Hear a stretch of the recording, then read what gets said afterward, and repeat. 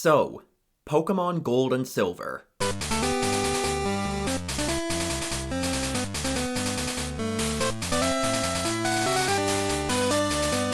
At the end of my review of Pokemon Red and Blue, I said this: if you want to play through a game with the classic Game Boy graphics and sound font, you have a set of far superior sequels in Gold, Silver, and Crystal. It had been a while since I'd last played them, but in my memory, especially compared to Red and Blue, these were the retro 8-bit Pokemon games that actually held up, or at least held up better.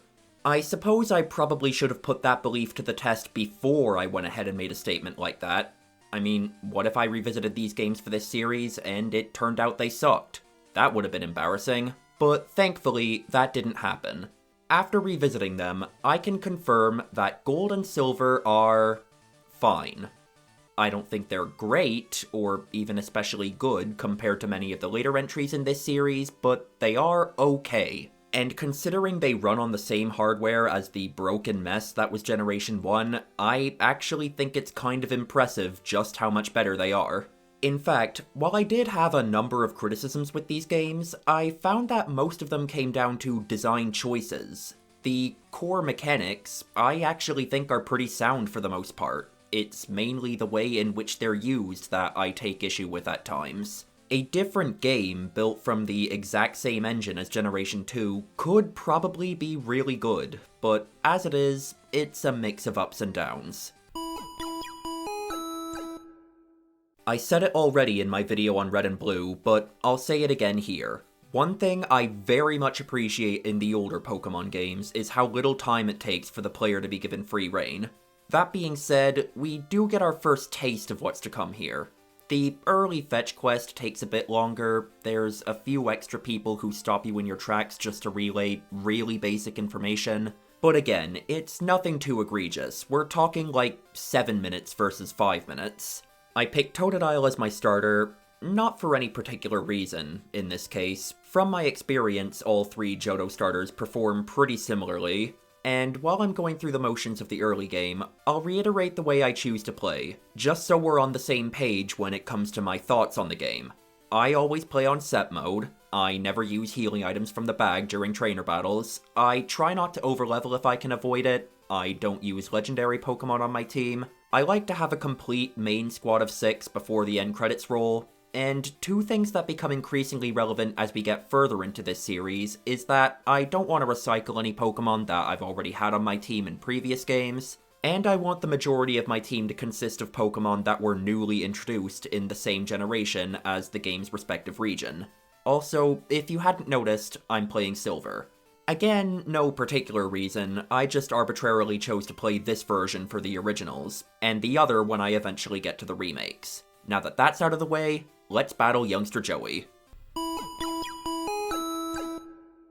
While playing through Generation 2, especially with how aesthetically similar the layout is to Generation 1, I found it kind of interesting how little the core mechanics of the series' battle system have changed since these games.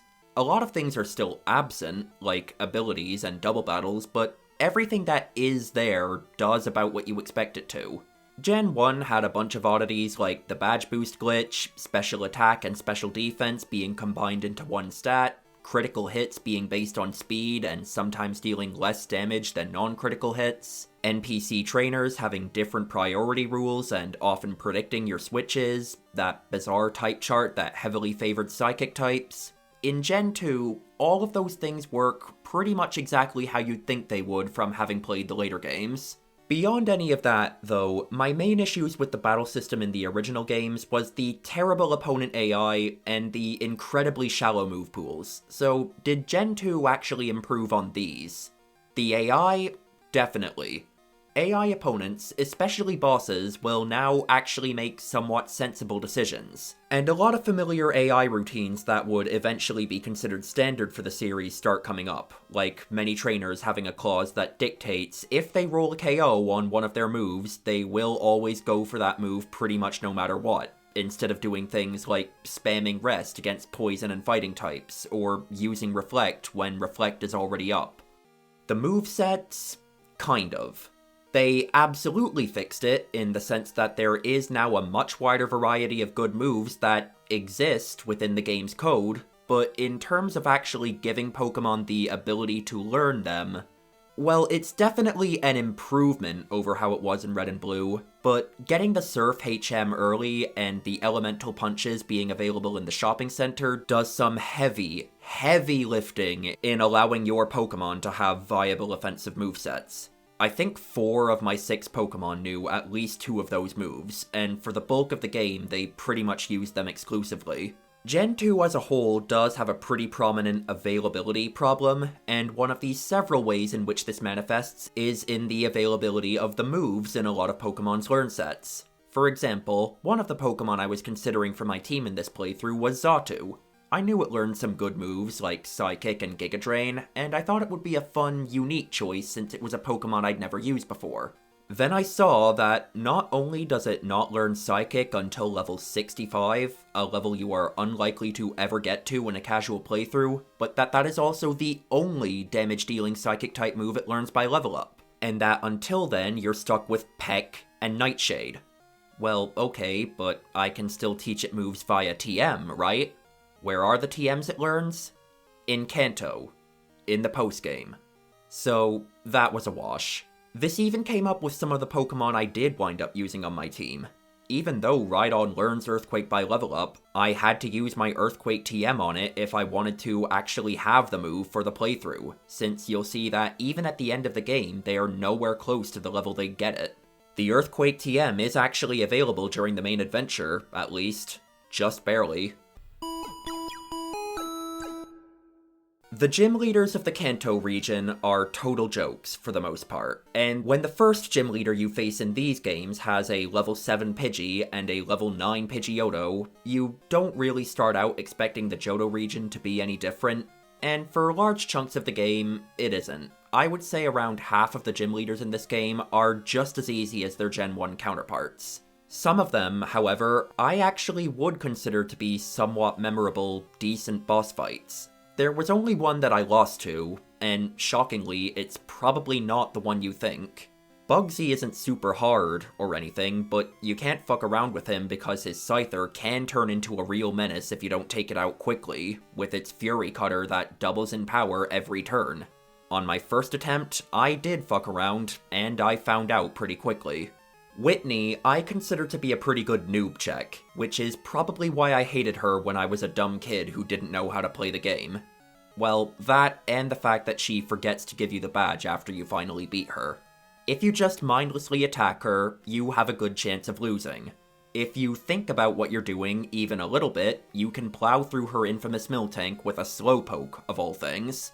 Claire is probably the most generically tough gym leader in the series so far, largely in part due to her Kingdra having effectively no weakness available to the player. Then there's Morty, who's a bit of an oddball because he's really cheesable, but in kind of a fun way. Like, I swept through his entire gym, but when I was putting together the team I wanted to use, it was cool to figure out that Girafarig is basically the perfect counter to him and his gym trainers, being able to hit with super effective stab psychic type attacks, while also being immune to their ghost type attacks due to its normal typing. Especially since, unlike Nidoran and Mankey to Brock in Pokemon Yellow, Girafarig doesn't seem like it was intentionally placed there for that specific purpose. I mean, I didn't know until fairly recently that you could even get to the route where you catch Girafarig before defeating Morty. Another one of the issues I had with Generation 1 was how samey every Pokemon of a particular type tended to be, and Gen 2 added a lot of variety in terms of what each individual Pokemon was capable of, not only by expanding the move pools, you know, kind of, but also in giving more Pokemon unusual dual typings. This Morty battle was one of the noticeable effects of that. Girafarig really stood out from other psychic types here. So, in general, I enjoyed myself more with the gym leaders in Gold and Silver than I did with their counterparts in Red, Blue, and Yellow. However, I do have one pretty major issue with the gym leaders of the Johto region that has nothing to do with difficulty, and that is the serious lack of Johto representation on their teams. Only half of them even have a single Pokemon that was newly introduced in Generation 2 on their team, and not a single one of them has multiple. And it's not like there weren't options, like, why doesn't Faulkner have a Hoot or a Togetic? Why doesn't Bugsy have a Ledian or a Yanma? Why doesn't Morty have a Misdreavus? why doesn't Shock have a Heracross? It wouldn't even be redundant. None of these Pokemon, nor any of their evolutionary relatives, appear on any other important trainers' teams. I guess this kind of segues into the next chapter. You know, I just realized as I was typing the script for this review, Johto is the only region in the mainline Pokemon games that has never had a game exclusively set there. Throughout every one of its appearances, it's always had Kanto kind of tacked onto it. Gold and Silver seem to be treated as sequels to Red and Blue first and foremost, and a lot of the time the result is that this new setting isn't really given its own room to breathe. The new characters and the new Pokemon they introduced are there, but they're not really given much time in the spotlight compared to the returning familiar faces from Kanto.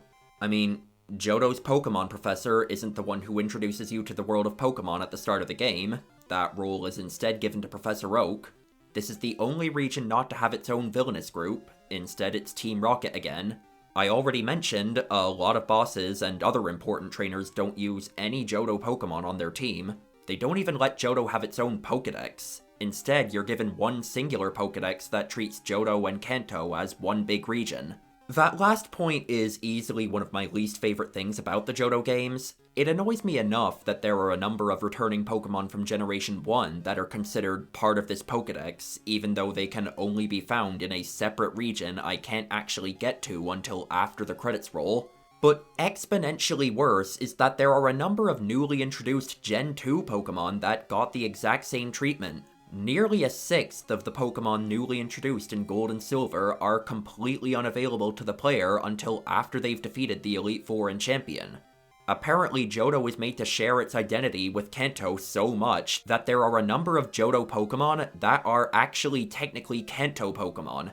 Like, Houndoom is a Gen 2 Pokemon, but it has never been obtainable during the main adventure in any of the games set in the Johto region.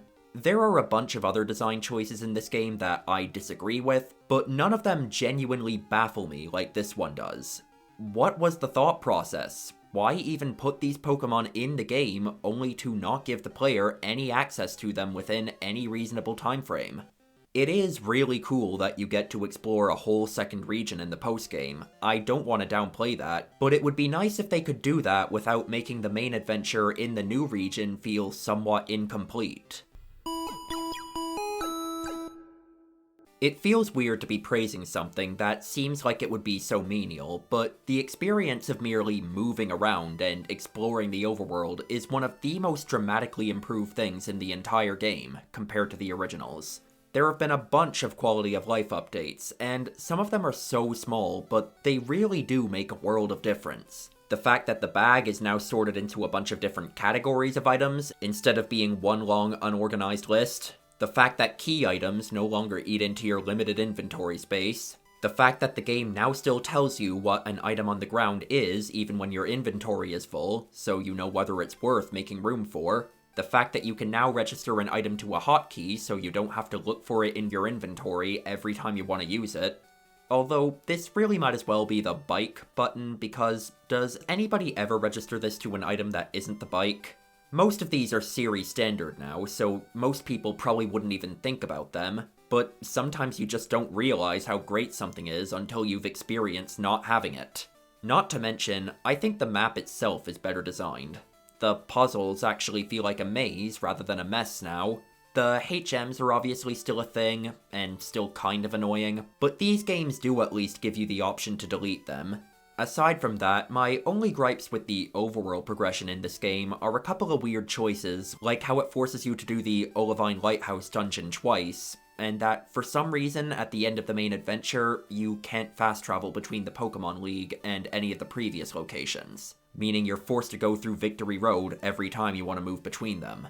Like, I know the excuse is that the Pokemon League is in Kanto, and you can't fly between Kanto and Johto because it's too far, or whatever, but, like, the distance between, say, Cyanwood City and Blackthorn City is definitely further than the distance between the Pokemon League and Newbark Town, so what gives?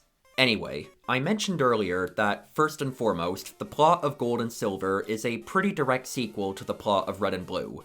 While I do think it's a bit of a shame that the Johto region is never given its own distinct main adventure, it is fine at being a sequel to the originals. I find it pretty ironic that the version of Team Rocket in these games, which is supposed to be their fragmented remnants after being disbanded, is far more memorable and has far more of a presence than they ever did in the Kanto games, when they were supposedly at the height of their power. The fact that in this game, characters other than the player actually seem to care about their existence definitely helps, but even aside from that, the members are given a bit more personality and have some fun interactions with the player, and this time round they actually have a defined goal and a plan to achieve it, even if that goal is just a return to how things were in the original games. The Team Rocket plotline is, however, where one of the biggest problems with the main adventure of these games starts to become obvious. Whenever I got to Team Rocket's headquarters in any of the previous times I've played through one of the Johto games, I always found that I was really overleveled compared to the trainers in here. In this playthrough, I decided to try and combat this issue by doing this section as soon as I possibly could. The second I unlocked Surf by defeating Morty, without having fought a single trainer west of Ecruteak City, I made a beeline straight for the Lake of Rage, caught the Red Gyarados, and unlocked the entrance to their base, and not only did I still wind up being a bit overleveled, doing this early just caused me to wind up being more overleveled than I normally was for the random trainers around Olivine and Cianwood. It's a pretty unavoidable issue in Gen 2 that the random trainers simply do not scale with the player's level at all. Like, on Route 45, one of the very last routes in the main adventure, which you only unlock after reaching the town with the 8th gym, whose leader's Ace is level 40, by the way, the game is still having us fight unevolved Pokemon in their low-level 20s. And not only do these very low-leveled, unevolved Pokemon make for pretty dull, unchallenging opponents, they also give your Pokemon very little EXP when you defeat them. The result is that, even though the level curve of the bosses looks a lot less steep in this game compared to how it was in Red and Blue, I would say this level curve is almost as tough to keep up with. I fought every single trainer I could, and my Pokemon were still only in their mid-level 30s by the time I got to the Pokemon League. And that was when I was splitting the EXP between only 5 Pokemon, since I added my 6th team member really late. The game does have a trainer rematch system through the Pokegear, basically the in-game equivalent of a cell phone, and you might think that that's a way around this issue, but that system is honestly complete garbage. Here is my Pokegear advice. Literally, do not give a single person your number. Ever. Not even your mom. Aside from any practical purposes it serves, the intent with this feature was obviously to make the world of the game feel more alive, but whenever one of the NPCs calls you, there's no way to ignore it, and 99% of the time it's just them telling you the same pointless anecdote over and over and over again. I swear fucking Liz the Picnicker called me about 50 times just to tell me she dressed up her Nidoran, and for all the annoyance they gave me throughout the entire main adventure, I think I got a total of 2 or 3 calls where they actually asked for a rematch. Not worth the trouble. For the sake of completionism, before taking on the Pokemon League, I wanted to finish all of the optional side quests. That means it's time to go and catch some legendary Pokemon. You can probably tell just based on the comments I've been making throughout this video that I am not the biggest fan of Generation 1. However, if you haven't seen my review of Pokémon Red and Blue, one of the few pleasant surprises in those games was the far more reasonable catch rate for legendary Pokémon compared to what I was used to. While going after Articuno, Zapdos, and Moltres, I didn't have too bad a time. No such luck here. Catching legendary Pokémon in Generation 2 is pure misery compared to how it was in the previous games. I went after Lugia first. This battle went about how I expected the battles against the legendary bird trio to go. I got Lugia to as low health as I could, but there was still only around a 2% chance each ball I threw would catch, with very little I could do to improve my odds. Having you sit there forever throwing dozens of balls at them, while they gradually run all of their moves out of PP and eventually struggle themselves to death, all while not doing shit to your Pokemon damage-wise, is just plain stupid. Those two things really should dramatically increase their catch rate, but instead have no effect at all. And Lugia somehow managed to make this whole process even more annoying than it normally was by knowing Recover, meaning I kept having to re-damage it and have more opportunities to accidentally KO it with a crit, which was exactly what happened on my first attempt. There's really not much you can do to make this more efficient. It's an endurance test more than anything else. But Lugia was nothing.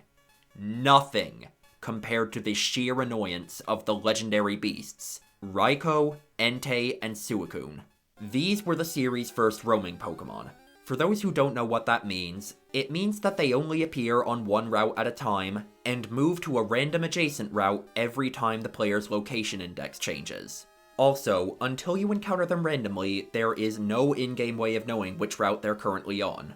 Also, this applies to each of them individually, i.e. encountering Raikou doesn't make Suicune and Entei appear on the map, you have to randomly encounter them as well. Also, whenever you do encounter them, they always run away first turn.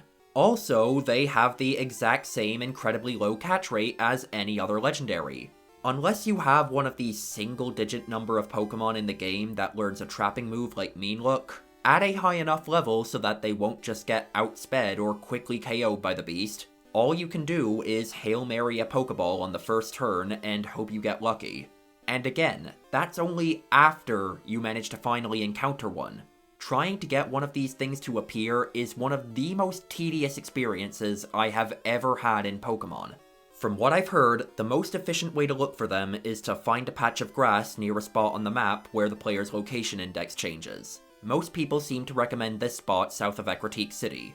Repel Manip to make sure the beasts are the only thing you can encounter, and just move back and forth between the grass and the city, over and over and over again. I was there for ages. I must have burned through at least 60 repels, having to go back to the Pokemart to buy a couple dozen more several times, before, eventually... Alright, that's it. I boycott the legendary beasts. Fuck off.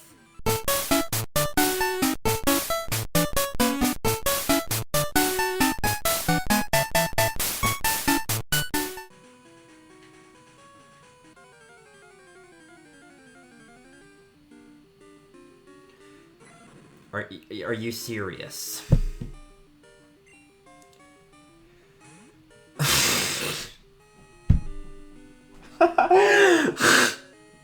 Are you serious? So, that remotivated me for a little bit. Yeah, I hadn't caught any of them yet, but I could at least see where Raikou was now. However, I quickly found out that being able to see where the beasts were on the map actually wasn't as helpful as you'd think. Because they move every time the player changes location, seeing on the map that they're on a route right next to you effectively means nothing.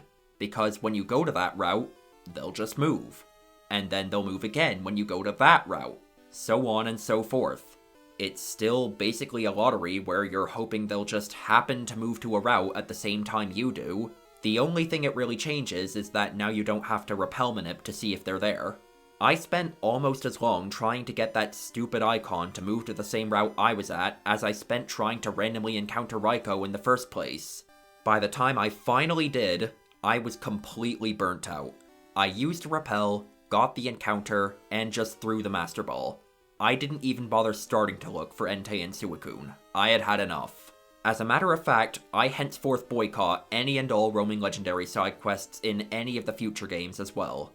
I only had to go through this once to know that it is a genuinely miserable experience that I have no desire to repeat.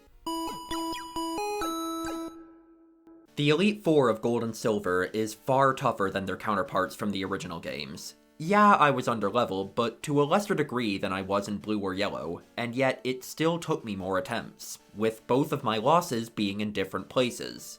The first two members, Will and Koga, I would say are a bit more annoying than hard, with a lot of their Pokemon relying on things like confusion, sleep, and evasion. I never lost to either of them, although on my first attempt, Will took down 4 of my Pokemon purely from me getting unlucky. Bruno easily wins the Most Improved award. Not that he had much competition, considering he's the only member of the Elite Four from Red and Blue who plays the same role in this game, but still. Fighting types are actually allowed to have special defense and half-decent moves now. Plus, Psychic types are pretty kneecapped by the fact that you don't get any access to the Psychic TM during the main adventure, so his Pokemon can actually be somewhat threatening this time. I never lost to Bruno, but I came really close on both my first I think Stomp flinches is my only chance now. Or him running out of PP, that is also a possibility.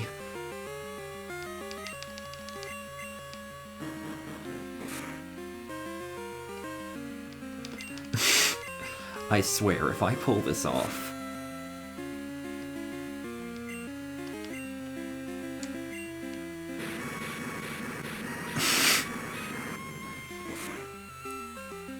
Bro. And third attempts. Right, watch, he'll hit through Confusion and Paralysis and crit, and I'll lose. Ooh.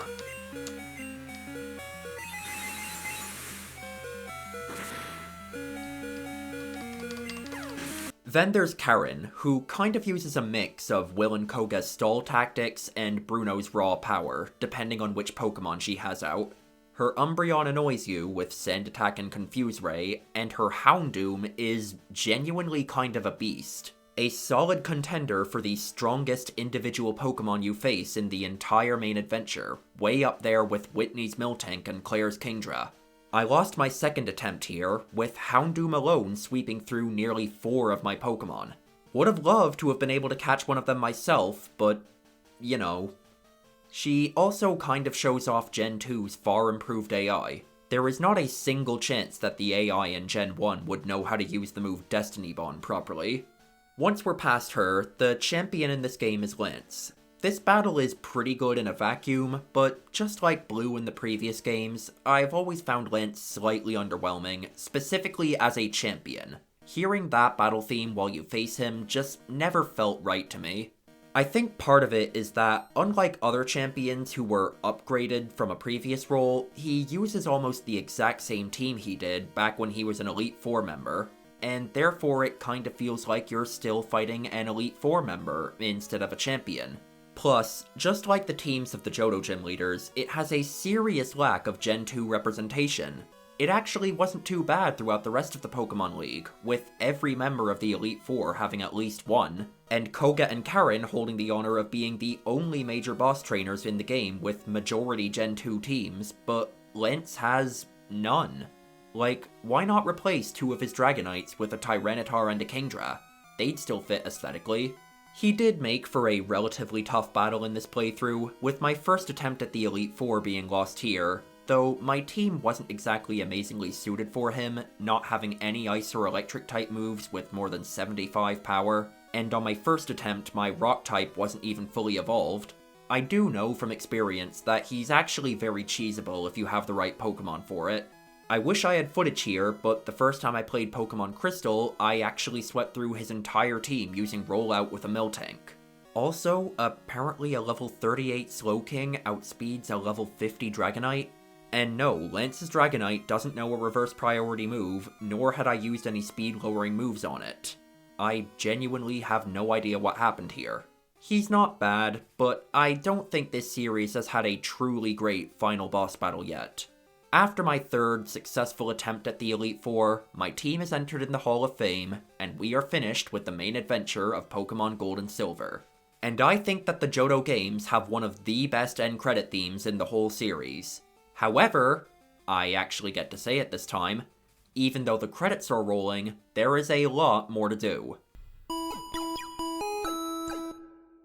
So, as I alluded to earlier, after beating the Elite Four and Champion, the game allows the player to travel to the Kanto region.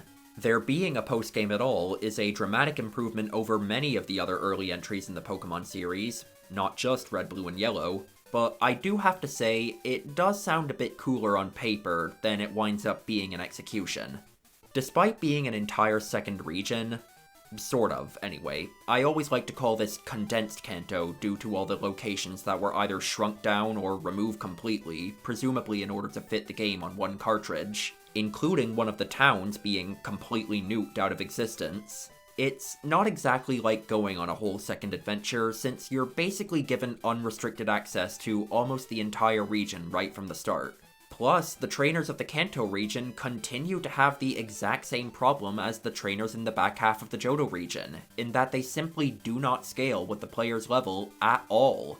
I mean, come on, we have defeated the champion. Why are we still regularly coming across trainers with unevolved Pokemon in their level 20s? They're barely higher leveled than the trainers that were in these same locations in the original games, despite many of those battles taking place when you have 3 or 4 badges. The gym leaders are marginally more on pace, but still not great. Only 3 of them are higher leveled than the Elite 4, only 1 of them is higher leveled than the champion.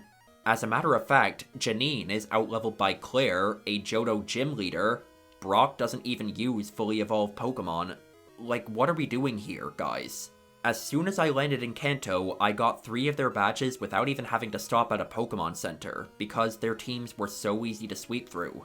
Even some of the more appropriately leveled ones, like Blaine, still couldn't put up much of a challenge. They kind of had the same problem they did in the original games, where all of their Pokemon have the exact same easily exploitable weakness. Aside from Blue, who's kind of weird because he breaks the usual rules of gym leaders by not specializing in a type, so of course you can't really sweep through his team in the same way.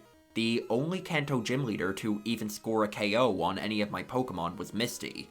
I don't even think it had much to do with team composition. The Pokemon she used were simply more powerful and resilient individually than those used by the other gym leaders.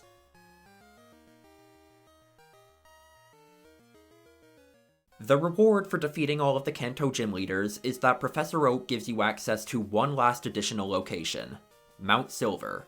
Before heading there, though, there's a couple of other loose ends to be tied up. The first is that there's one last encounter with the rival, Silver, who can be battled at the Pokemon League on certain days of the week. I haven't really mentioned Silver before now because I just don't feel too strongly about him. He seems to be a fan favorite among Pokemon rivals, but I've never been as fond of him personally. Compared to Blue, who to me always felt like a bit more of a believable jerk, Silver to me always felt like someone's edgy jerk-sue OC. I bring him up here because they do actually do something kind of interesting with him in this last battle, by showing his development not just through the dialogue, but through the in-game mechanics. When you battle him here, it's revealed that his Golbat has finally evolved into Crobat, which can only happen when Golbat likes its trainer. It's about the only aspect of this character that's written with even an ounce of subtlety. There's also one more legendary you can catch. If you talk to a guy in Pewter City, he'll give you the item that allows you to encounter the other box legendary that you couldn't get during the main adventure. Hooray! I love spending half an hour throwing Pokeballs at something to no avail, especially when they can heal whatever damage I do to them with Recover. Ho-Oh actually ran out of moves and almost struggled itself to death on my first attempt, but I actually caught it on the very last turn I could have. Anyway, let's go see what awaits us on Mount Silver.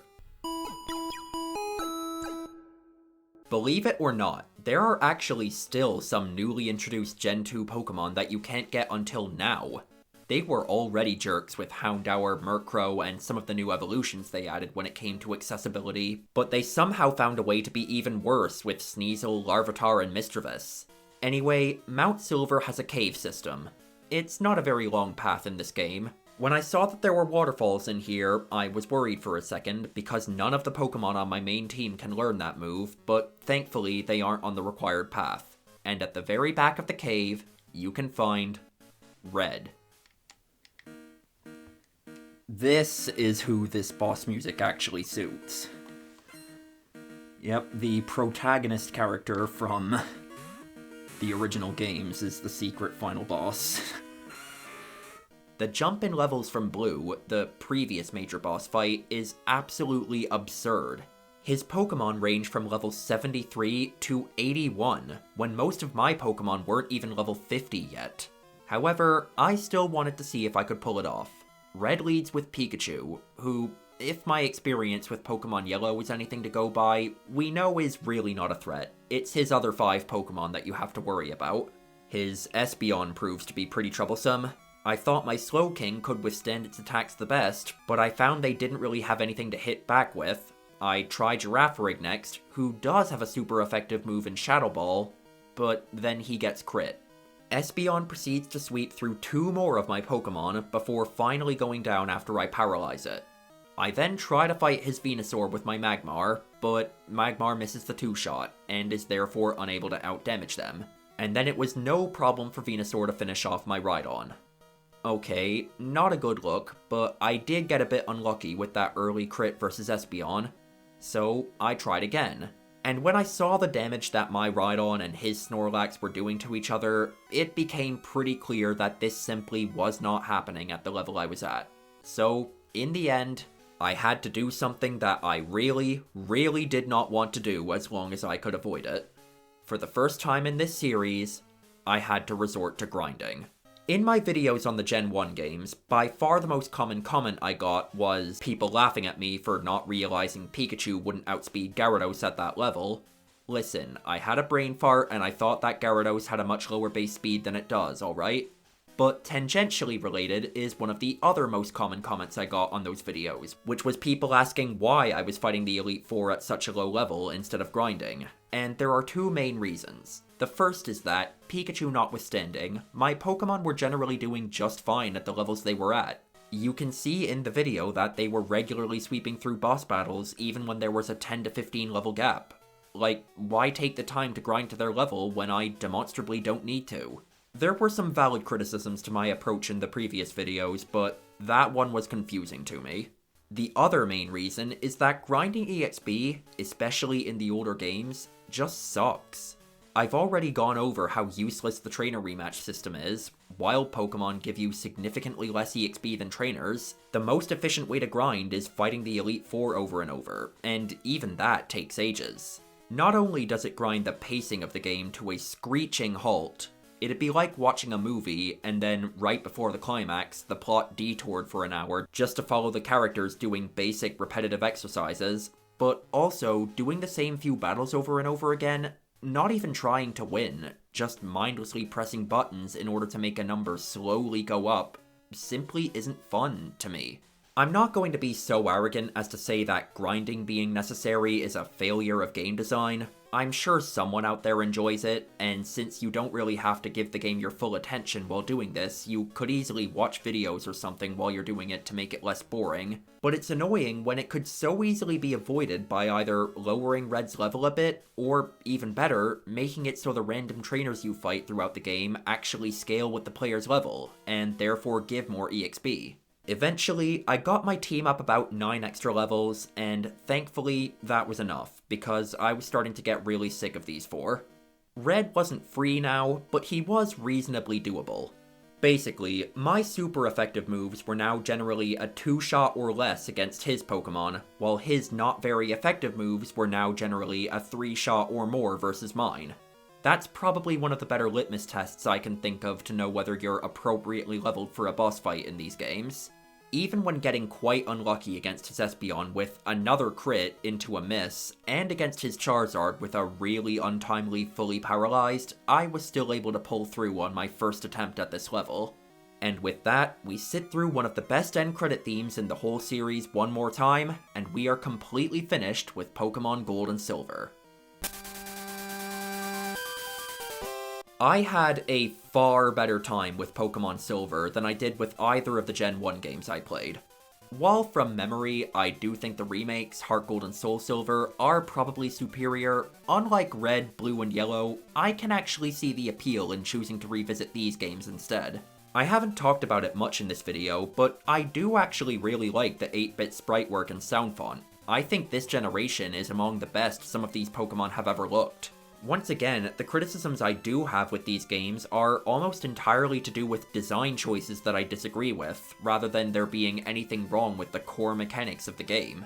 I do still think the level curve needed some improvement, I do still think a lot of the boss battles are way too easy to sweep, I do think there was way too much stuff that was locked until after the main adventure for no good reason, and the Pokegear genuinely sucks ass. Once again, do not give a single person your number unless you want to be bombarded with a bunch of extra, repetitive, unskippable dialogue for no reward. Overall, however, if you wish to play a retro, Game Boy style Pokemon RPG, you should play these ones over Red, Blue, and Yellow, any day of the week. Just like Gen 1 though, Gen 2 had a third, upper version, so before we move on to the Hoenn region, we need to see if that game is any better than Gold and Silver.